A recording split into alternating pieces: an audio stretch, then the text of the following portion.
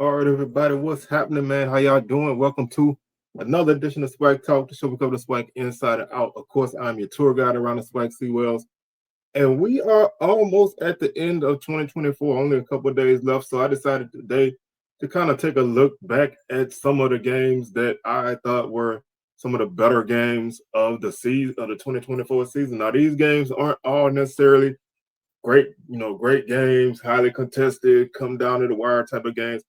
I decided to, do some games that intrigued me. That had, some of them had some very high stakes for conference play. Some of them just were games that I thought stood out to me. So what I did was instead of doing these like ranking them like doing a top 10 or whatever, I decided to just go week by week and pick one game that week that kind of was the top game to me. Now that doesn't necessarily mean that it was the best game.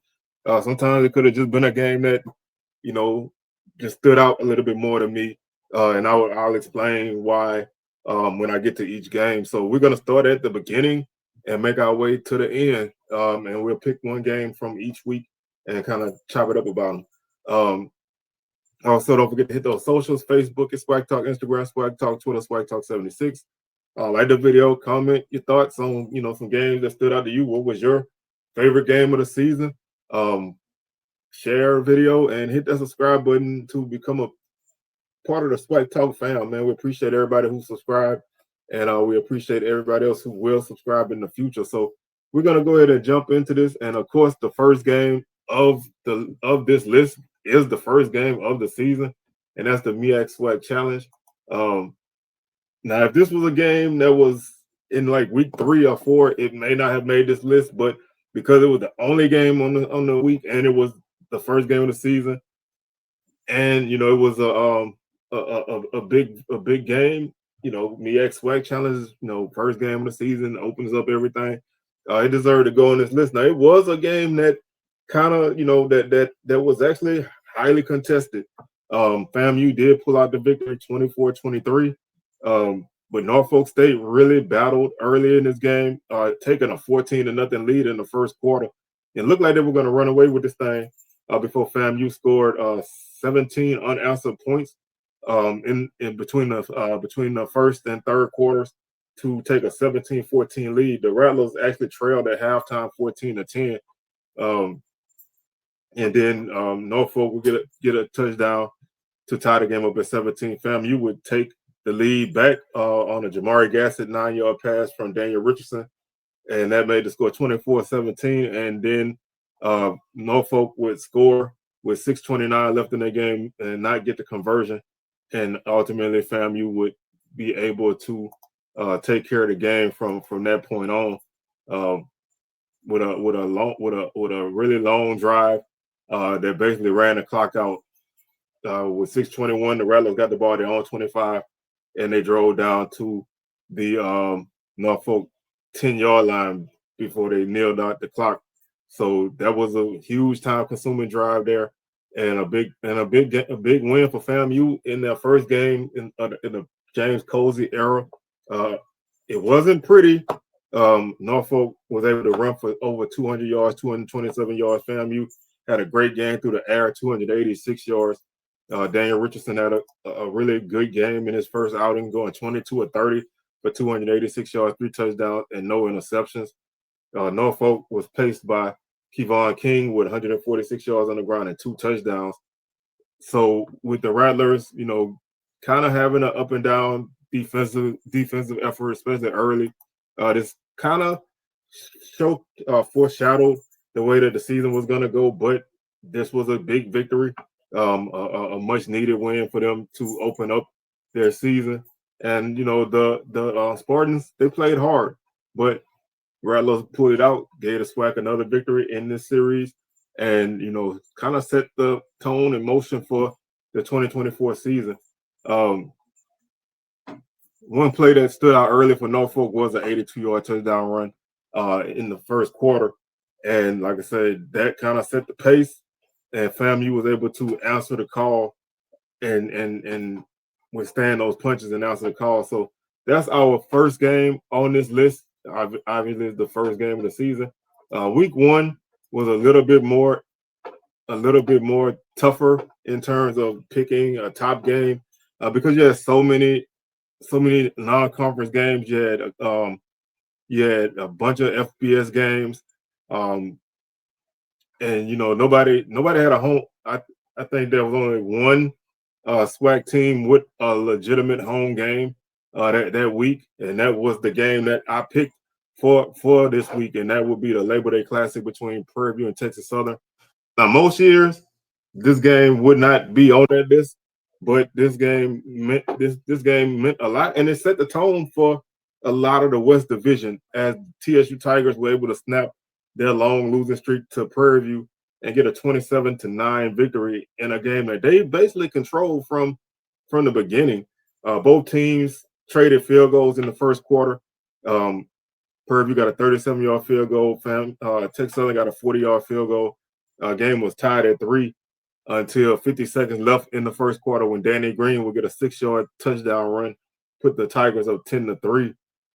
Prairie View would, TSU would get a field goal with 2:21 left in the second quarter to go up 13-3. And then Prairie View would answer right before the half with a 54-yard field goal from their kicker, who had a really great season. Guerrilla Garcia Rodriguez had a tremendous season, and he got off to a good start this game, kicking 3 field goals, including a 54-yarder. Prairie View came out of the half and got a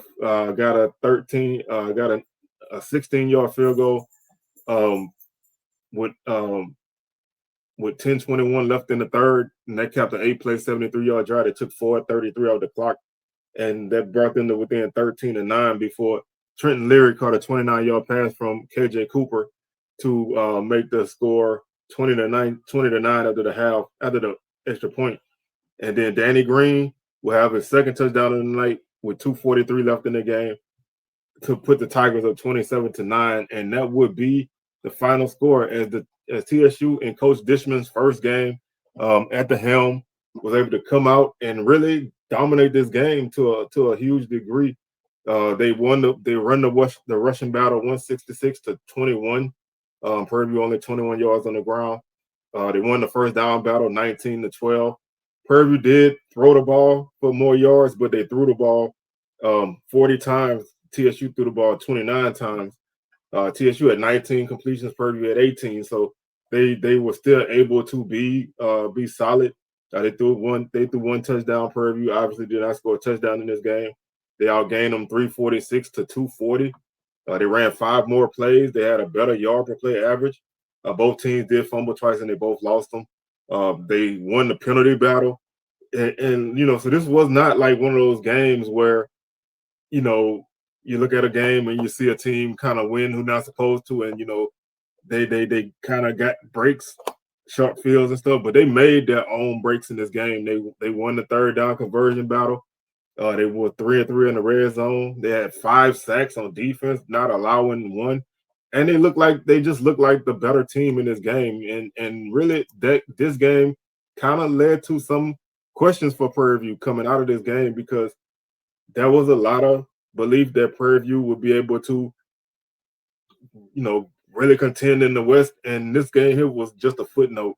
But the Panthers ultimately came up short. This was kind of like the start of their quarterback rotation as they played 2 guys at quarterback. Cam Peters was 10 of 20 for 111 yards. He was sacked twice. Lucas Coley was 8 of 20 for 108 yards. And he was sacked 4 times.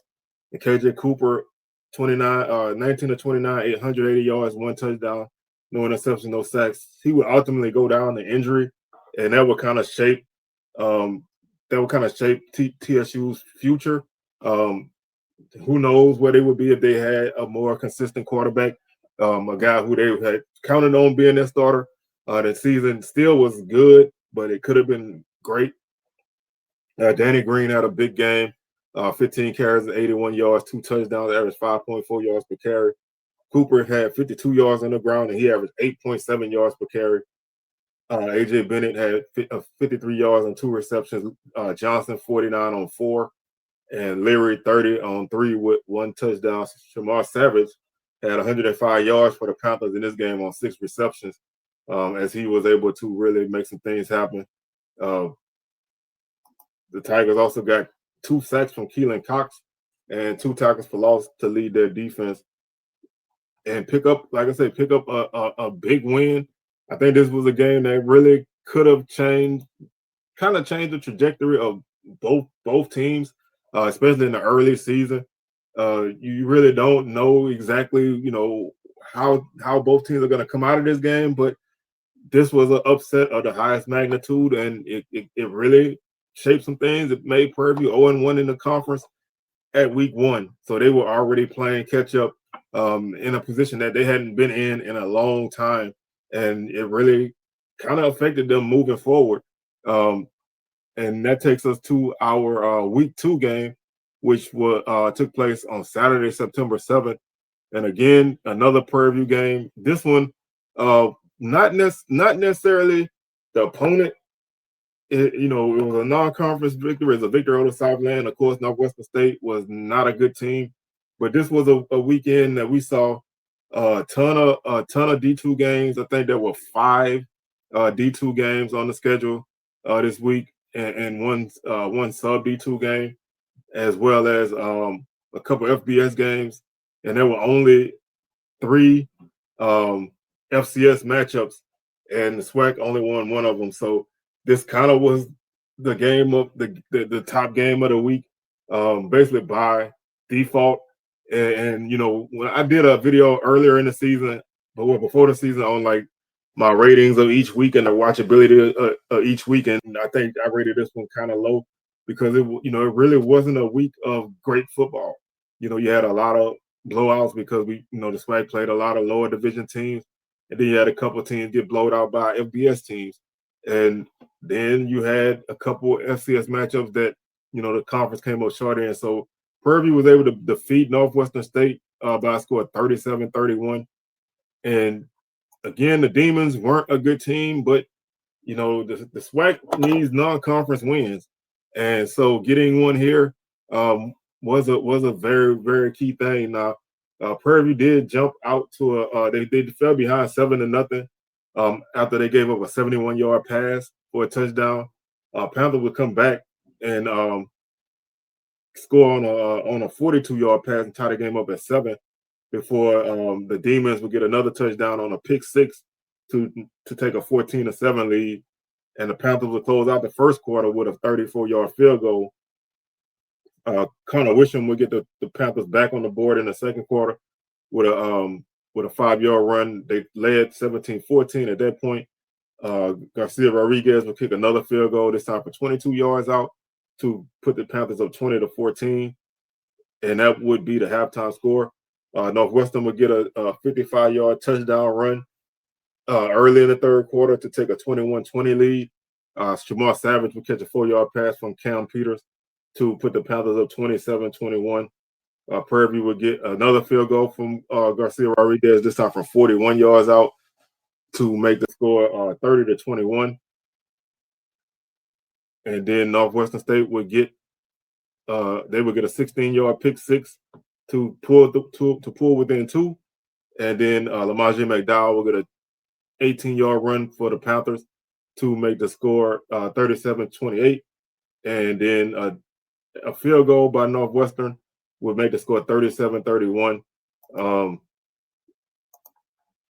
And Prairie View would basically hold on from that point on.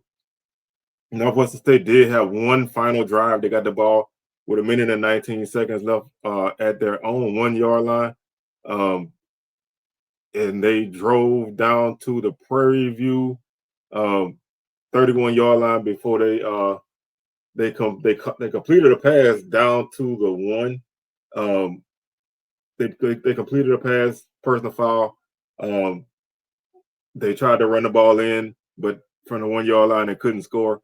So Prairie View held on at the very end of this game with basically a goal line stand to win this game 37-31. Again, not a great win, kind of a sloppy game to a degree, but they came out with the victory. They rebounded with 188 yards this week as opposed to 21 the previous week. They gave up 105 yards on the ground. They gave up 177 through the air, had another 200+ yard game through the air for them, 280 yards. They were 18 of 23, but they threw 2 pick-sixes in this game. They also threw 2 touchdowns. Um, they won the total yardage battle, 468 to 282. They had 85 plays to 59 for the Demons. They had 5.5 yards per play. They did turn the ball over again on a fumble, so they had 3 turnovers in this game, which kind of, if those turnovers don't happen, maybe they win this game, by a more comfortable margin. But they were able to make it happen, and it was a game that was not pretty. It came down to the very end where they had to get a stop. Peters 18 of 33, 280 yards. Wisham 22 carries, 83 yards. Savage another 100-yard game, back-to-back 100-yard game, six catches, 133 yards, and a touchdown. And Javen Jackson led the defense with 7 tackles. He also had a tackle for loss to lead the defense. And Shaw and Stanford had sacks. And Aiden Jones had an interception. So, again, this week was not a week of great football. It was kind of a blah week. You get those early in the season when you have all those non-conference games and everybody's playing FBS games and a ton of D2 games that week. So it kind of led to being one of those kind of dry weeks and not really much for entertainment on the season. All right, that takes us to our week 3 game. And again, week 3 was kind of similar to week 2. You had a lot of non-conference games. This was another week of no conference games. And this was another week where we did have a SWAC matchup, but it was a non-conference matchup, and it was basically a blowout from the start. So it wasn't really necessarily a game that I would put there. So basically, process of elimination. There were only 3 SWAC teams won a game that weekend, and so I went with the team who won an FCS matchup, and that was Grambling, winning a 35-28 victory over Texas A&M Commerce, also known as East Texas A&M, I think is now, in overtime. So this game was, this was Grambling's first FCS victory of the season. They did defeat Tuskegee the week before, and again, it's a Southland victory. You got to take those as you get them. It wasn't pretty again. The team they beat wasn't great, but this was a key non-conference victory, and you got to have those. This game had a ton of turnovers that Grambling was able to force. They actually started the scoring off on a 35-yard scoop and score. The extra point was no good, and they led 6-0. They gave up a 69-yard touchdown run after that, and the Lions took a 7-6 lead before Miles Crawley threw a 10-yard touchdown pass to Jacoby Belazar to put the Tigers up to put the Tigers up 14-7. BK Jackson will get his second touchdown for Texas A&M Commerce. The Tigers score up at 14 with 4:41 left in the second half. Left in the second quarter. The Lions would take a 21-14 lead off of a 5-yard touchdown run. Trey Bradford would get the Tigers back even with a 41-yard touchdown run. Extra point was good. Halftime score was 21-21. Texas A&M Commerce would score on a 3-yard touchdown run to take a 28-21 lead. Grambling would get a Miles Crawley to Nick Howard 27-yard pass to tie the score up at 28.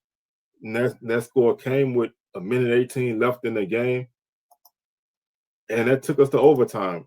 And I believe this was the first overtime game of the season.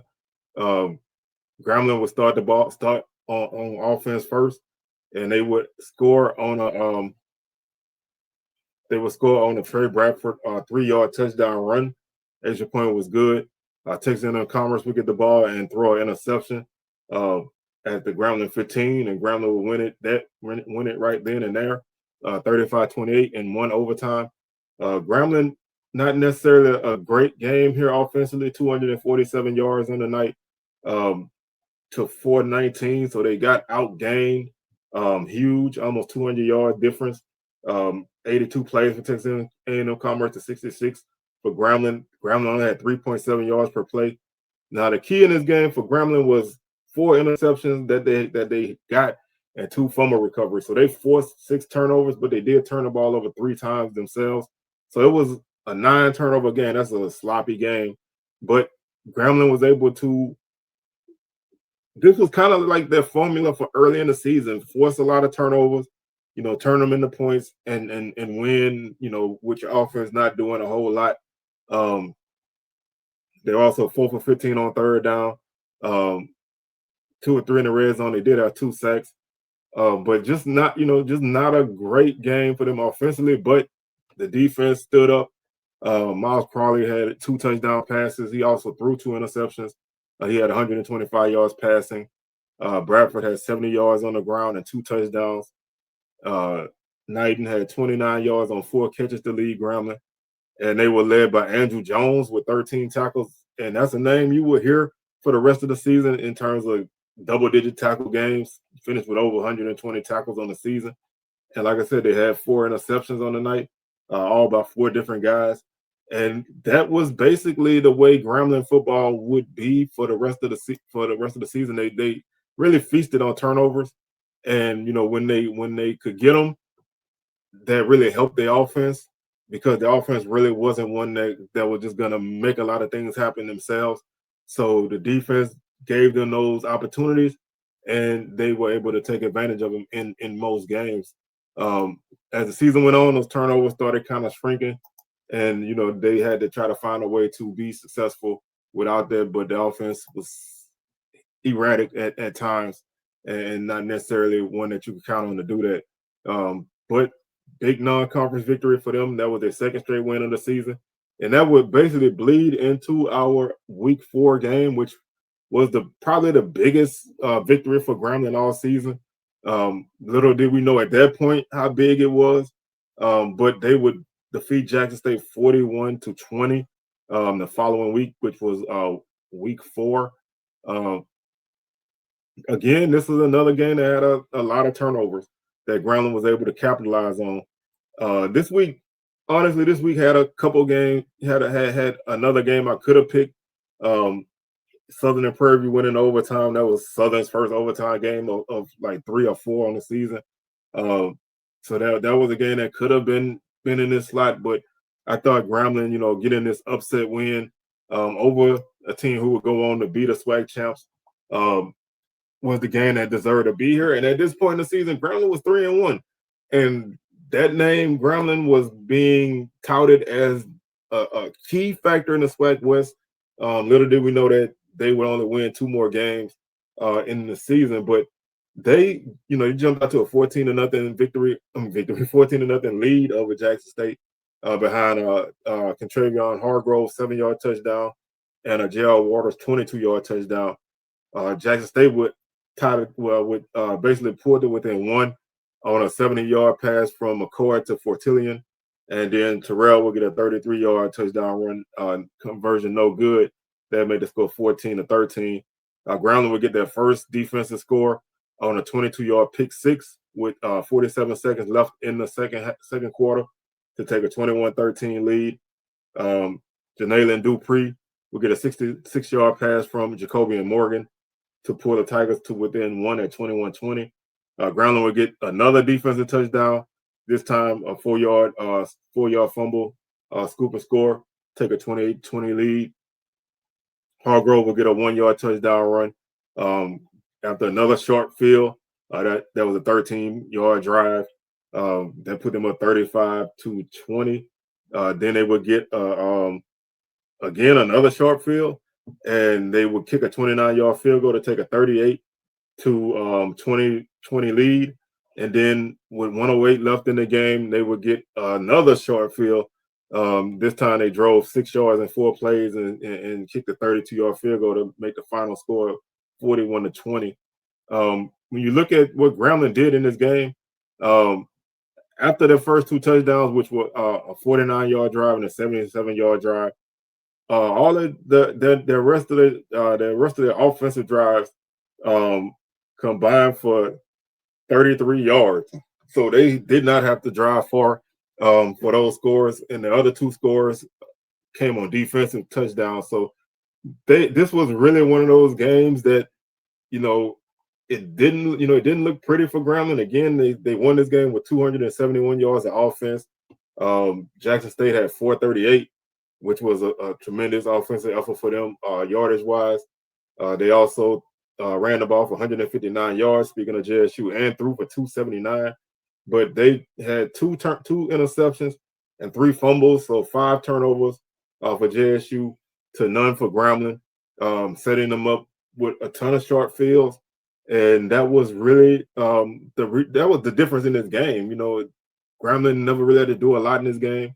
And that kind of hurts. You know, JSU also was 3 of 12 on third down. That doesn't help. And this was one of the few games where JSU didn't get in the red zone. They did not get in the red zone, which is rare for this offense. This game was just one of those games that everything that needed to go right for Grambling went right for them, and everything that could go wrong for JSU went wrong for them. And that game seemed like it was gonna be a big boost for Grambling. Of course, it was a non-conference game, so they didn't get that credit in the standings. But they were sitting at 3-1, heading into conference play, and it really looked like at that portion of the season that they would be the team to beat in the West. You know, they were a key factor in that, and ultimately, it kind of got away from them. And some kind of way we ended up on a Grambling trend in this series, and this is our third Grambling game in a row. And this one was an overtime loss to Prairie View by a score 36-34 loss to Prairie View in the State Fair Classic. And this game is kind of like a microcosm of Grambling's season. You know, they had a big win over Jackson State. Then you turn around the following week, and you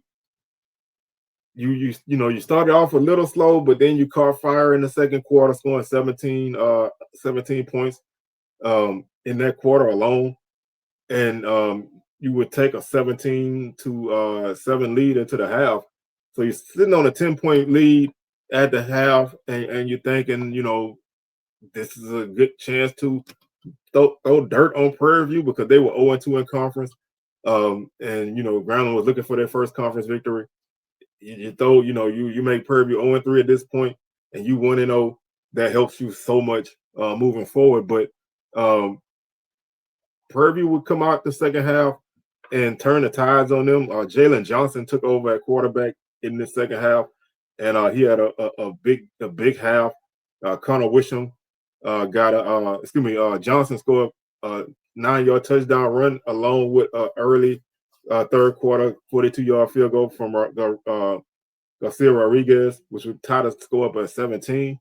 And then Connor Wisham will get a 39-yard run for Prairie View to get them a 24-17 lead, which was their first lead of the game. Grambling would answer when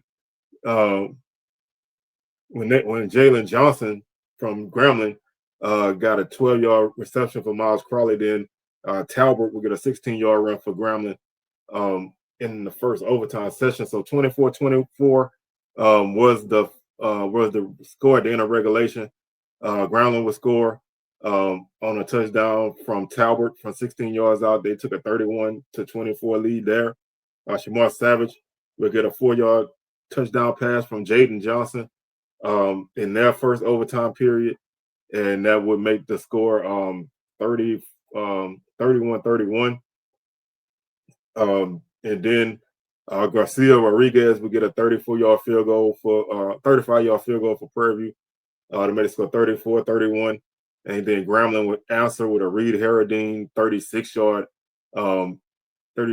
field goal to tie the game up at 34. And then they would have a couple more overtime periods after Harradine got his extra point. Grambling would get the ball, and from the third overtime on, it's 2-point conversions. So Grambling would get the ball to Prairie at the 3, and they would come up short. Prairie View would get a chance, and they would come up short. Um, Prairie View would get the ball back, and they wouldn't score. Grambling would come up short. Then on Gramblin's fifth possession in overtime, they would fail again on a 2-point conversion, and then Jaden Johnson would get a incomplete pass, but there would be a holding penalty on Grambling, giving Prairie View another chance, and then Lamaje McDowell will run the ball in for Prairie View to make the score 36-34. As Grambling dropped a very important game, and Prairie View won a game that kind of kept their hopes alive, no matter how slim they were, kept the dirt from being completely thrown on them, and so they were able to survive. But neither team ran the ball well. 118 yards for Grambling, 100 for Prairie View. Grambling 185 yards through the air, 286 for Prairie View. Grambling again forcing turnovers. They had 2 interceptions in this game. They did throw one, but Prairie View won the total yardage battle 386 to 303. Prairie View, this game was a highly penalized game. Both teams combined for 18 penalties. And it just, like I said, it just was a game of missed opportunities. It kind of was a game that was like a microcosm of both teams' seasons. They both were up, then they were down, then they got back in it, then they fell out of it, and then they ultimately will both come up short. Some of the guys who had great games, Miles Crawley finished 29 of 48 for 286 yards and 2 touchdowns. He was sacked 3 times and threw 2 interceptions. Connor Wisham finished with 85 yards on the ground for Prairie View and a touchdown. Hargrove 61 for Grambling on the ground. Javon Robinson had 6 catches for 48 yards for Grambling. Savage had 4 for 43 and a touchdown for the Panthers. Aiden Jones, 12 tackles and 2 tackles for loss and a half a sack. This kid was a true freshman all-conference, all-American type of guy, and this was one of his first breakout games. Andrew Jones, 11 tackles, 1 tackle for loss. And basically, like I said, this game was a game that really cost Grambling the opportunity to take a lead in the SWAC West, and it saved Prairie View from falling really far behind. Because at that point they lost the tiebreaker to 2 teams. If they would have lost that game, they would have lost the tiebreaker to 3 teams. So that was really one of those games where they needed that, and they got it. Just looking at this week, there wasn't really a lot else there. There were only 4 games that week, and that game was probably the best one out of the 4. That takes us to our next week, which was week 5. UAPB and excuse me, that's week 6. UAPB and Alcorn. Whenever these 2 teams face off, something strange happens, or the game doesn't necessarily always go to plan. And this was a portion of the season early where Pine Bluff really was looking like they would be a thorn in a lot of teams' sides. They lost a couple games to FCS opponents, but they were able to score points in those games, and they were able to kind of either take an early lead or be close in those games, and then they would wear down and ultimately lose. But this game, they jumped out on Alcorn early by a score of 14-0 when Giovanni Gibson, I think, had one of his better games of the season. He had 2 touchdowns in the first quarter. From 42 and 33 yards, and Pine Bluff led 14-0 before anything, Alcorn could even realize what happened. But Alcorn was able to kind of get themselves back on track. They would get a 22-yard touchdown pass, and Vaughn would run a 27-yard touchdown run to tie the game up at 14 with 1:33 left in the first half, and that would be our halftime score. Alcorn would get a 8-yard touchdown run from Truck Griffin to take a 21-14 lead. BJ Curry would tie the game up for Pine Bluff on a 1-yard touchdown run. Noah Kiani would kick a 21-yard field goal for Alcorn to get them a 24-21 lead. They would extend that lead to 10 when Xavier Vaughn would run an 18-yard touchdown run, made it score 31-21 with 9:59 left in the game. Gibson would catch his third touchdown from Higgins, this time from 44 yards out. That made it score 38-28. And then Jacorian Sewell would basically give Alcorn the game with a 6-yard touchdown run to put the Braves up 38-28 and pick up a big victory for them. At this point in the season, that puts them at 2-0 in conference, 3-3 overall. Pine Bluff dropped their first conference game and they dropped to 1-4. But they had, like I said, they had shown at that portion of the season that especially their passing attack was gonna be tremendous. They didn't run the ball much this game, only 94 yards, but they threw for 237, 3 touchdowns and 1 interception. Alcorn ran for 311, and it started to establish themselves as a team that could run the ball really well. 217 yards through the air for them, one of their better passing games. 528 yards of offense for Alcorn to 331 for Pine Bluff. So Alcorn's defense tightened up in the second half and was able to hold the Golden Lions to 2 of 11 on third down. They were 2 for 4 on fourth down. Alcorn also had 3 sacks in this game. But like I say, one of the breakout guys was Giovanni Gibson. He had a huge game in this outing, catching. He caught 7 passes for 180 yards and 3 touchdowns in this game.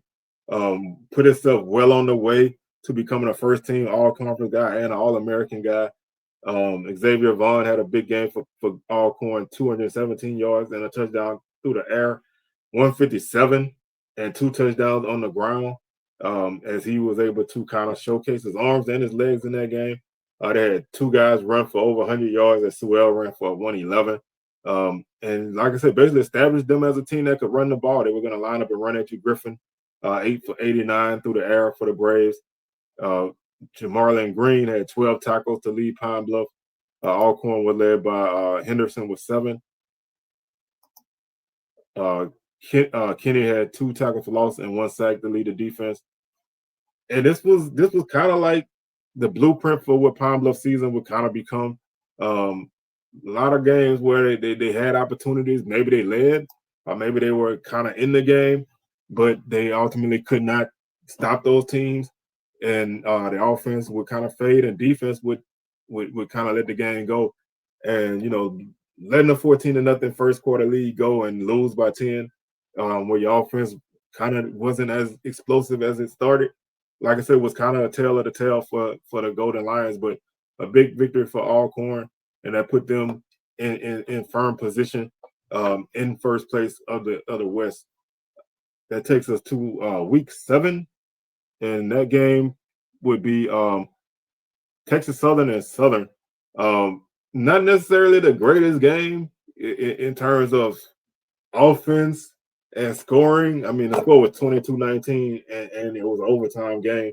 But just for the sheer foolery, at the end of this game was basically the reason why this game made the list. Neither team really did a lot offensively. TSU was able to get a pick 6 to take a 7-0 lead. Then they got a 28-yard run from Leary to take a 14-0 lead out the Southern fumble, and that would be the halftime score. Southern would get a field goal to open up their scoring in the third quarter. Then they would get another field goal from Griffin from 26 and from 40 yards out before they got a 6-yard touchdown run to pull to within 14-12. With 8:30 left in the game, TSU would get a field goal from 38 yards out to take a 17-12 lead. Southern would give up a safety with 1:26 left in the game to trail 19-12. At that point, you feel like the game is over. And really, all intents and purposes, it should be over. And that game would not make this list at all because it would be a 19-12 ugly victory for TSU. TSU would get the ball, and they had the worst clock management.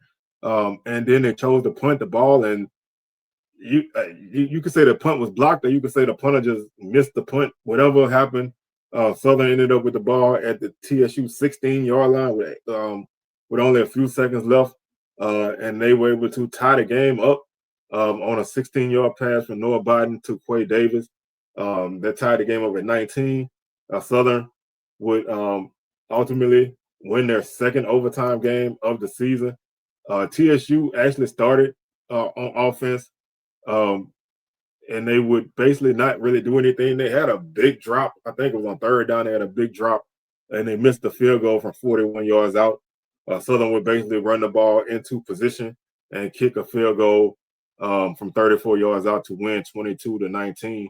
And like I said, this game is only on this list because how it ended. Because when you look at the numbers, it wasn't a pretty game. Neither team really did anything offensively. Southern 354 yards on the night. TSU 239. Southern turned the ball over 3 times. They threw for 187. They were 14 of 34. TSU was 13 of 30 for 90 yards through the air. Southern ran for 167 on the ground. TSU ran for 149. Again, just not a pretty offensive game. 1 sack between the two teams. Neither team was great on third down. TSU was 1 for 14. Southern was 4 for 15. Just there's no real way to sugarcoat this game other than the fact that it ended crazy. Noah Biden had 181 yards and a touchdown. Jace Wilson finished with 90 yards. Renfro led TSU with 49 yards on 11 carries. Russell led Southern with 10 carries for 55 yards. Dillon had 11 for 51. Rhymes had 1 catch for 37 yards to lead Southern. Jefferson had 3 for 37. Leary led TSU with 7 catches for 59 yards. Vince Page had 11 tackles to lead Southern. Givens had 2 tackles for loss to lead the defense there. And Umar Yarrow had 11 tackles for TSU, and Javius Williams had 10 as well. MJ Henson had an interception for the Tigers. So like I said, when you look at this game, there isn't anything to really say, oh my God, this game was, just the best football game. Even the chaos at the end, didn't make, typically wouldn't have made this be much, but like I said, the fact that it ended the way it did basically is what cemented this game as that, and it also kind of cemented Southern as that team to kind of find a way by hook or by crook to win the game. It kept them in the race in the division after they came off of a blowout loss to Nichols previously. Kind of righted the ship for them, and they will ultimately kind of go on a run to winning 5 of their last 6 games in the conference. So this was kind of a springboard for them. TSU kind of was a big setback for them. They win this game. They in pretty good shape and they a factor in the division, but they dropped to 1-2 and had to start trying to fight their way from below. Again, not a week of really great football. The only other game that could have made this list was Alcorn and Grambling. That was a 17-15 win for the Braves. But like I said, the chaos at the end of this Southern game is the pure reason why they made this list. That takes us to the following week. And this game was the game that everybody had been talking about since the schedule was announced. JSU and FAMU was the game that everybody had their eyes on. It was the game that everybody, regardless of what happened one way or another, everybody was looking forward to this game. This was by far the game of the week in terms of expectations, in terms of importance. It was just the game. And it was a game that was a pretty highly contested game. This game went to halftime with a 21-22 lead.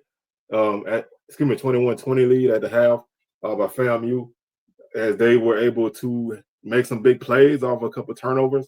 They got a couple big touchdown passes to Ace Cobb, one from 70 yards, one from 8 yards from Richardson. Gassett had a 34-yard touchdown for FAMU.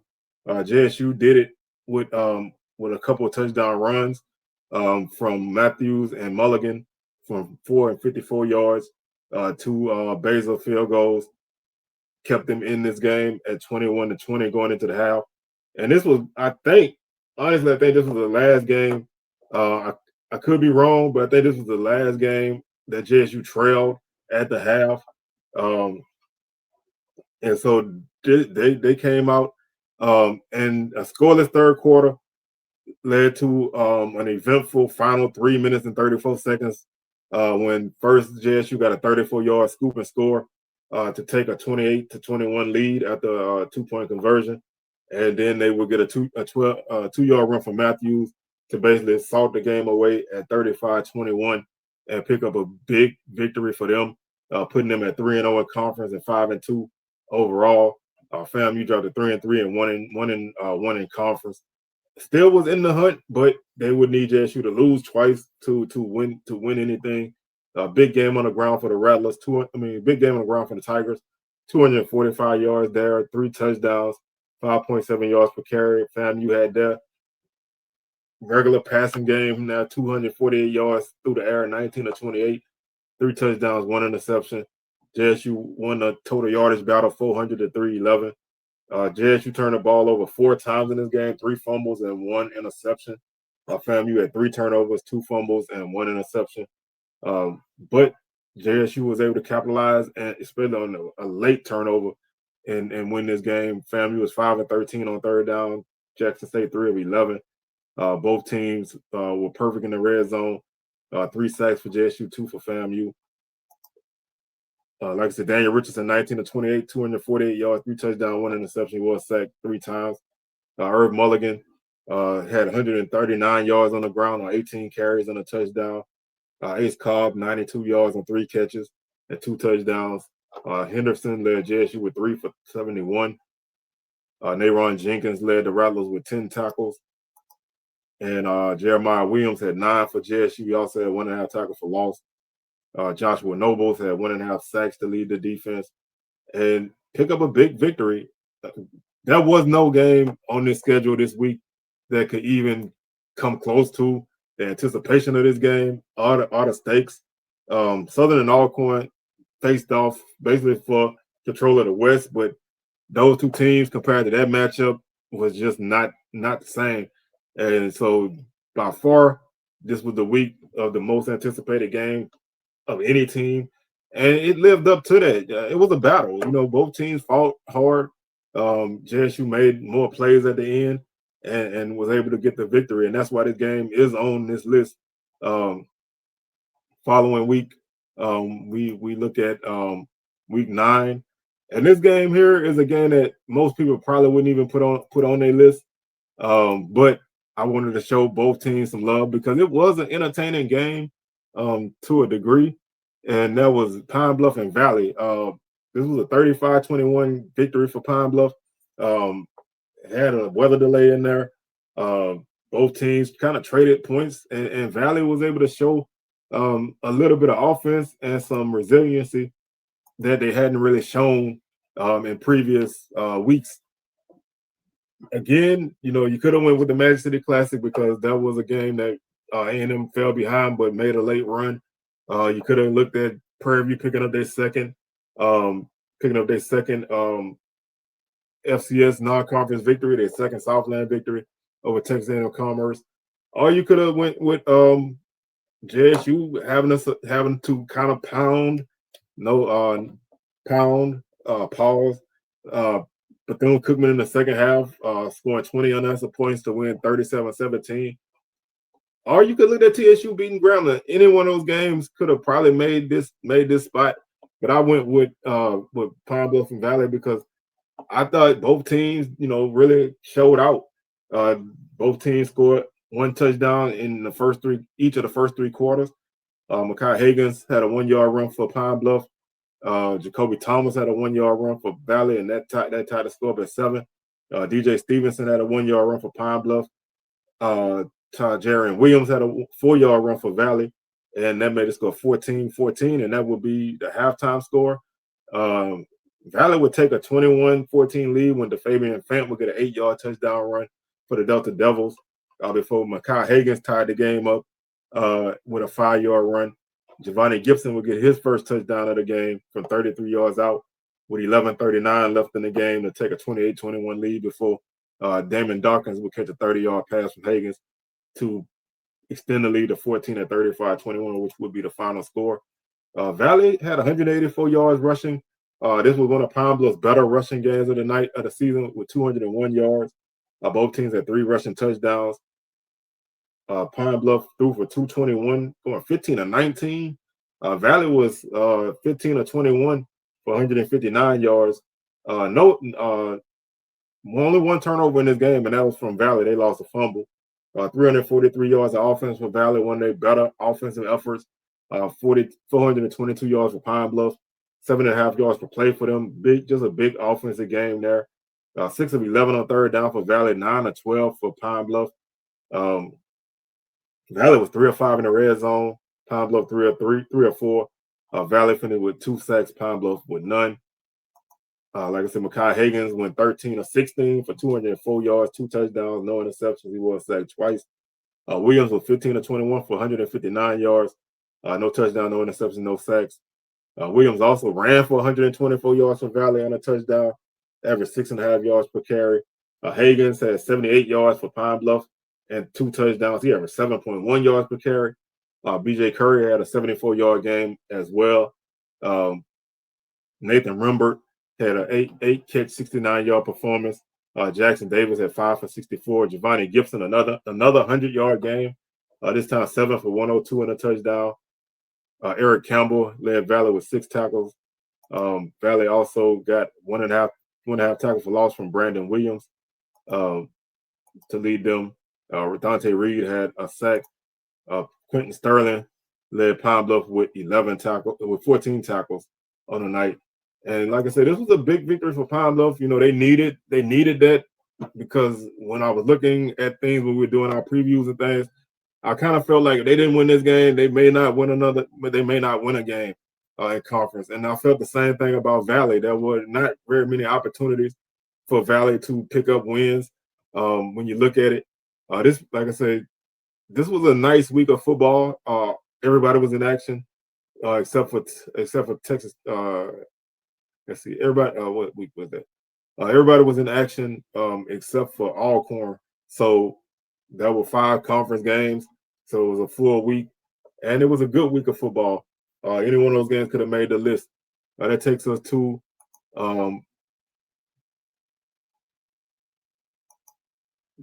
week 10 as we start to head into the final month of the season. And this is another Valley game. And this is another game that Valley had a great chance of winning, and they probably should have won. That was against Prairie View. They won this. They lost this game 17-16. Again, not a pretty game statistically. This was another week that didn't really have a lot of great games. Alcorn and Bama State had a pretty entertaining game. Southern Alabama and them, Southern won on a late touchdown. Grambling Bethune, that was a 3-point game. But I thought that, this was a game that Valley really probably should have won. I mean, they put themselves in position to win. Prairie View led 3-0 in the first half. They scored with 9 minutes left in the second quarter. Nobody scored after that. Halftime score was 3-3. Valley would tie the game up on a 51-yard field goal. Nathan Rimbert would catch a 76-yard pass for Valley to take a 10-3 lead. McDowell would get a 2-yard run for Prairie View to tie the game up at 10. That came with 7:30 left in the fourth. Prairie View would then take a 7-point lead when McDowell would get his second 2-yard touchdown run. At that point, the Panthers at 17-10 with 2:57 left in the game. Valley would come right back and answer with a 24-yard pass for a touchdown from Williams to Nelson. They would go for 2 and get it and have it called back by penalty. They couldn't convert after that. I think they went for the extra point. They couldn't get it, and they trailed 17-16. Kicked the onside kick, got that too. Had that wiped out by a penalty. So they ultimately came up short by 1 point, 17-16. This was a very winnable game for Valley, but they could not get over the hump. Purview ran for 223 yards on the night, threw for 157. Valley had a great game through the air, 287 on the night, 16 of 24 with 2 touchdowns, no interceptions. Again, another game with not a lot of turnovers. Purview had the only turnover in this game with 1 fumble. They outgained Valley by 30 yards, 398 to 368. When you look at what each team was able to do on third down, Purview was 5 of 13, Valley 3 of 11. Both defenses were able to register sacks. Valley had 3 sacks. Purview had 1. Individually, Jaden Johnson was 14 of 22 for 170 yards, and he was sacked 3 times. Williams, 16 of 24 for Valley, 287. 2 touchdowns, no interceptions, 1 sack. Valley had thrown a lot of interceptions by this point in the season. So to have a game where you don't throw, have a couple games in a row where you don't throw interceptions was great for them. McDowell had his best game on the night for Purview with 21 carries for 130 yards. Jacoby Thomas had 6 for 63. James Burns had 4 for 50 for the Panthers. Rembert, 7 for 163 and a touchdown. Harris and Stokes led the team with 6 tackles for Prairie View. Stokes had 2 tackles for loss and a sack. Valley was led by Eric Campbell with 9 tackles, along with Douglas Franklin and Donovan Parham. They all had 9 tackles apiece. Parham had 2 sacks, 2 tackles for loss, and a sack and a half to lead the Delta Devils as Purview escaped. But I think Valley had a great chance of winning this game and really probably should have won this game. But it was a game that really gave them an opportunity to, get in the right track, on the right track. Where Prairie View extended their season a little bit. It was starting to get, the sun was starting to get real low because this was actually the second November 2nd. This was the first week of November, but there were only a couple games left, so they needed a lot of help to get anything done, but they needed to win, and win they did. That takes us to our next game, which is week 11, and this is another Southern overtime game. This is another game that statistically is not pretty. Aesthetically, it was not pretty. The weather was ugly. It rained a good bit that day. It was just a game that really was not much. And if I wanted to continue with kind of like the upsets or whatever, Prairie View beating FAMU could have made the list right there. Bama State losing to Grambling by 1, that could have made the list. But I'm a sucker for those overtime games, and especially like multiple overtime games. This was another 5 overtime game. Bethune-Cookman led this game 3-0. They scored with 12 seconds left in the first quarter, and nobody scored until Southern would get a 18-yard touchdown pass from Woods to Whitfield with 10-13 left in the game. They would take a 7-3 lead. Bethune would answer with a 12-yard touchdown pass from Ransom to Clark. Southern would tie the game up with 3:13 left in the game with a 27-yard field goal from Josh Griffin, and then the wildness and chaos would take over. Southern would get the ball first, and they would score on a 6-yard run from C.J. Russell. Extra point was good, so Southern led. They led at that point. Bethune-Cookman would tie the game up when Dennis Palmer would get a 25-yard touchdown run. Extra point good, 17-17. And then after that, Bethune would Southern would score on a 25-yard run from Kendrick Grimes. The 2-point conversion was no good. 23-17 at that point. Bethune-Cookman would get the ball, and they would score on a 12-yard pass from Ransom to Nance. Tie the game up because their conversion was no good. 23-23. Southern would get the ball to start the next overtime. Wouldn't convert. Bethune would get the ball. They wouldn't convert. Bethune would get the ball again. They wouldn't convert. Southern get the ball again. They wouldn't convert. Southern would actually score when Kobe Dillon ran in Southern's 2-point conversion in the 5th overtime. And then Cam Ransom would get stopped 3 yards short of the end zone by Southern to win this game 25-23. Again, not a great game offensively, but Bethune-Cookman 66 yards on the ground, 242 through the air. Southern 164 through the air, 233 on the ground, 397 total offense for Southern, 308 for the Wildcats. Southern had they had a couple turnovers there that hurt them. They had a fumble and an interception. Bethune didn't turn the ball over. Southern finished 6 of 14 on 3rd down. Bethune 6 of 15. Both teams were kind of even in the red zone. Southern 3 of 4, Bethune 2 of 4. Southern had 5 sacks on defense, which was kind of like the difference in this game. Bethune-Cookman, like I said, Cam Ransom 23 of 36, 242 yards, 2 touchdowns. He was sacked 6 times.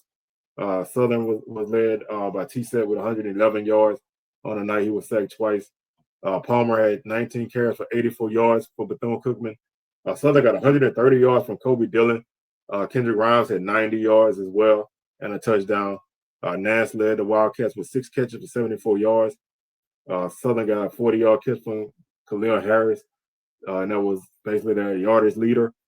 Defensively, Washington led the Wildcats with 9 tackles. Corbett had 2 tackles for loss and 2 sacks to lead them. Southern was led by Vince Page with 11 tackles. Kelby Givens had a very disruptive game, 3.5 tackles for loss and 2 sacks for Southern as they continued that streak of games where they just were winning these games by 1 score or less, going into overtime. Just kind of making it one way or the other. Nothing pretty. They just were surviving, and ultimately they found themselves sitting in the driver's seat in the West, and this game was kind of the game that put them in that spot.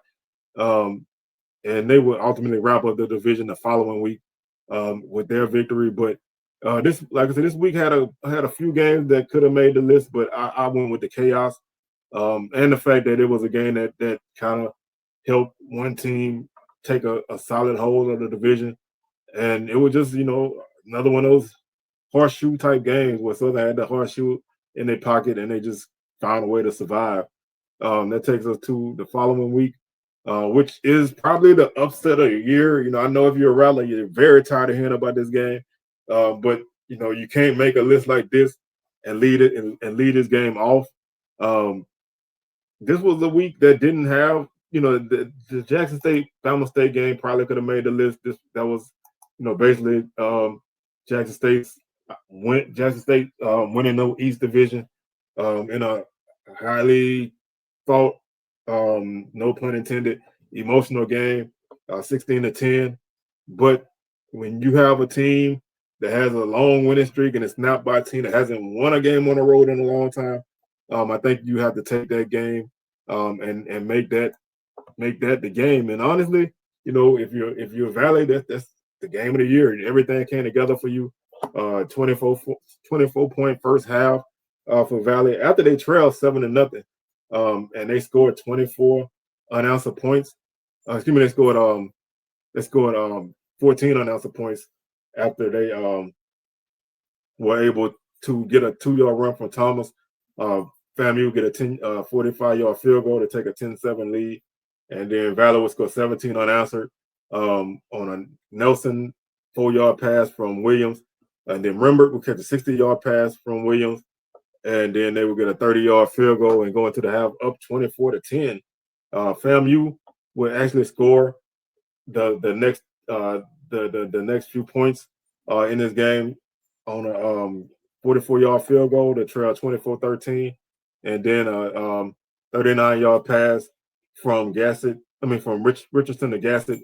2-point conversion was good, and they trailed 24-21. Valley would hold on and get the win. Valley did this really with a half of football. They ran the ball for 90 yards. FAMU ran for 172. Valley threw for 251, no interceptions, 19 of 28, 2 touchdowns, no interceptions. FAMU 259, 1 touchdown, no interceptions, 18 of 24. Valley 341 yards, FAMU 431. So they outgained them by 90 yards, and Valley was still able to survive. 3 FAMU fumbles were a key factor in this game, along with 9 penalties for 75 yards for the Rattlers, and going 2 of 9 on third down. All of that combined, and going 1 for 4 in the red zone, all of that combined basically gave Valley the win. They did what they had to do. They survived. Their defense, made the plays when they needed to make them, and they kept just finding ways to just not die. Williams 19 of 28, 251 yards. Richardson 18 of 24, 259. Coming back from an injury against Prairie View the week before, to have a very good game. Somerset 4 carries, 87 yards for the Rattlers. Franklin 6 for 77. Williams led Valley with 11 carries for 31 yards. Rembert, another big game, 7 catches, 130 yards and a touchdown. Gassett 3 for 83. Montgomery led Valley with 5 tackles, along with Mitchell and Campbell. Brown had 2 tackles for loss. He also had a sack, and Parham had a sack. FAMU was led by Deco Wilson and Jerome Nichols with 8 tackles apiece. And just, like I say, just a big victory for Valley. There is no other way to really put it other than this was the upset of the year. Everything came together for Valley. Everything fell apart for FAMU, and that set that off. And just like the JSU FAMU game, this game was gonna hands down be on this list. There was no real question there. The final full week of regular season football, they had 5 games that week, and it's another FAMU game. This time the Rattlers picked up a victory in a very high scoring battle with the Bethune-Cookman Wildcats in the Florida Classic, 41-38. Both teams had chances to kind of blow this game open. Both teams kind of fought their way back into it. FAMU would score first on a 17-yard run. They led 7-0. Malik Huggins would get a 77-yard punt return for the Wildcats to tie the game up at 7. Gillis kicked the field goal to make the score 10-7 in the first quarter. Gassett catches a 12-yard pass from Richardson to put the Rattlers up 17-7 in the second quarter. Dennis Palmer would get a 19-yard run for the Wildcats to make the score 17-14. And then they would take the lead right before half when Huggins would catch a 56-yard pass from Ransom going into the half of 21-17. Wildcats would get a 43-yard field goal to take a 24-17 lead. Franklin would tie the game up with a 2-yard run for the Rattlers, tied up at 24. Gillis, extra point field goal for the Rattlers, put them up 27-24. Franklin would get a 70-yard touchdown run for the Rattlers with 12:04 left in the game to put them up 34-24 before Palmer would get another touchdown run, this time from 1 yard out to go up 34-31. Dean would get a 11-yard run to put them up 41-31 before Palmer would get a 2-yard run with 1:18 left in the game to put the Rattlers up 41-38. FAMU will ultimately hold on and win. This was a very exciting game. Both teams were able to get a lot done. FAMU ran for 305 on the ground in that game. Bethune-Cookman ran for 183. 4 touchdowns on the ground for FAMU, 3 for Bethune-Cookman. Rattlers averaged 6.5 yards per carry, 180 yards through the air for FAMU, 14 of 20, 1 touchdown, 1 interception. Bethune-Cookman 233, 12 of 23, 1 touchdown and 1 interception. 485 yards of offense for FAMU, 7.2 yards per play. Both teams fumbled once but didn't lose it. Bethune-Cookman 416 yards of offense, 1 touchdown. One fumble, didn't lose it. FAMU was 6 of 12 on third down, 8 of 15 on 8 of 15 for Bethune-Cookman on third down. Both teams had a sack. FAMU had 1, Bethune 2. Dennis Palmer had a huge game for the Wildcats. He had 178 yards on 3 touchdowns. Franklin had 195 yards on the ground and 3 touchdowns for FAMU. Also, Dean had 103 yards and a touchdown. Ransom threw for 196 for the Wildcats and 1 touchdown, 1 interception, 1 sack. Richardson 180 yards, 1 touchdown, 1 interception. He was sacked twice. Quan Lee had 4 catches for 79 yards for the Rattlers. Huggins 7 for 177 and a touchdown. Horn and Jenkins had 12 tackles for FAMU. Wilson had 11. So they had huge games on defense. Watts had 11 tackles for the Wildcats. Woody had 10. And this was just a great game. This was the kind of game that you kind of expect when you see a team come off of a surprising loss like that. They were weary and kind of beat down a little bit. They were wounded. But Cookman, they threw their best punches in this game. But FAMU took all those punches and was able to win this game at the end and hold on and win by 3 in a very high scoring, entertaining game for both teams. And that takes us to our final week of the regular season. And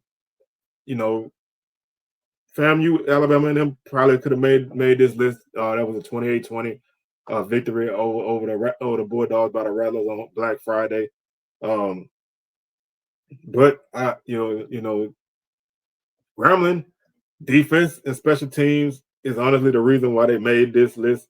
The offense did nothing really. Grambling defense kept Southern at bay for a long time. They had a blocked punt, a blocked field goal, and a kickoff return for a touchdown. That really was basically it for Grambling. They did have one offensive touchdown on the only real solid drive of the game. Southern defense was very dominant in this game.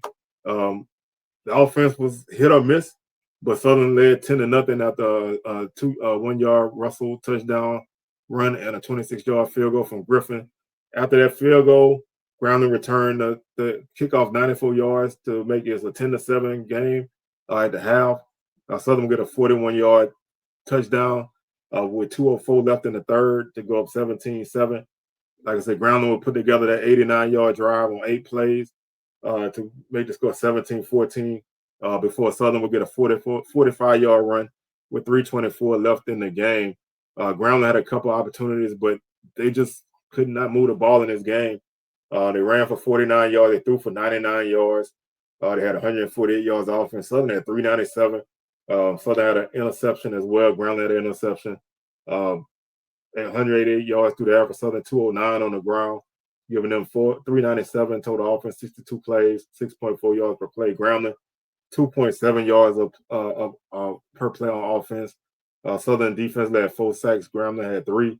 Grambling was 0 for 13 on third down, 2 of 14 for Southern on third down.